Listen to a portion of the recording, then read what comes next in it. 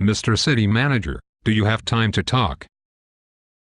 Yes, Mayor Cecil Gutierrez. As long as it isn't another Bandcamp story, I have a few minutes. Bill, I am concerned about the lawsuit with the Loveland Reporter Herald. Why do we have to pay the newspaper's attorney fees? Yeah, I know that sucks that we lost. I guess the judge didn't agree with John Duvall's argument that charter cities are like sovereign countries. That crazy judge said we need to obey state laws requiring open public meetings. Who are you looking at? Nobody, just the door. I wanted to make sure we are alone because there is something I need to tell you. I can't stand Carol Johnson. She drives me crazy calling about the dumbest things. Do you think she can be removed? That is not my problem. Look, I am worried about the Reporter Herald lawsuit and how it might hurt my chances of beating that pizza guy in a run for the State House District 51. How is that my problem? Weren't you elected by the promise of not meeting in secret to decide city issues? Sure, but people really like the music in the park and they really like me, so I think that pizza guy from Wyoming is going down. Cecil, where should I get the money in our tight city budget to pay the costs associated with the council's illegal closed session meeting?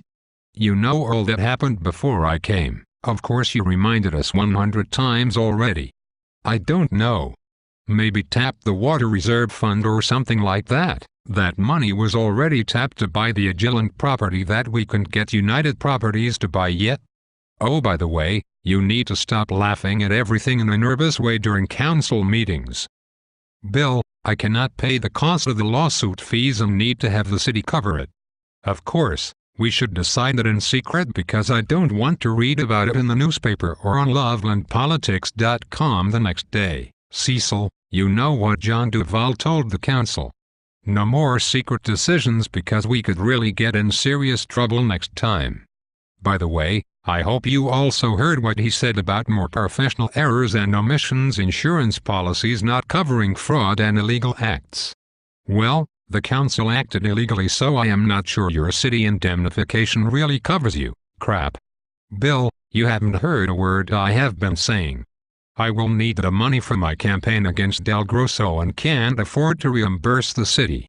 We need to decide what to do, but let's be discreet about it. Okay, John and I came up with a plan. To avoid any public and recorded session discussion about it, we want to bring it up during our council dinner before the meeting. Good thinking, Bill. We can choreograph the whole vote and discussion in advance of the appropriations vote and only have the public see a cordial vote and not our heated discussion with the attorney. Great. Yeah, but Cecil, I cannot say what Carol Johnson will do. She is unpredictable like a wounded squirrel. She could go all rapid and punish her on John and I before the appropriations vote to pay the lawsuit. And your friend Councilman Kent Solt might say something also that makes the city attorney look bad. Bill, Carol is not my problem, but let me talk to Councilman Solt since he usually listens to me. My primary focus right now getting re-elected so I can beat El Grosso next year for State House. Do whatever you have to keep her quiet. I am glad we had this chat so the council can have another fake public meeting instead of a real meeting in public. Yeah, me too. I am sure John will be pleased with the outcome.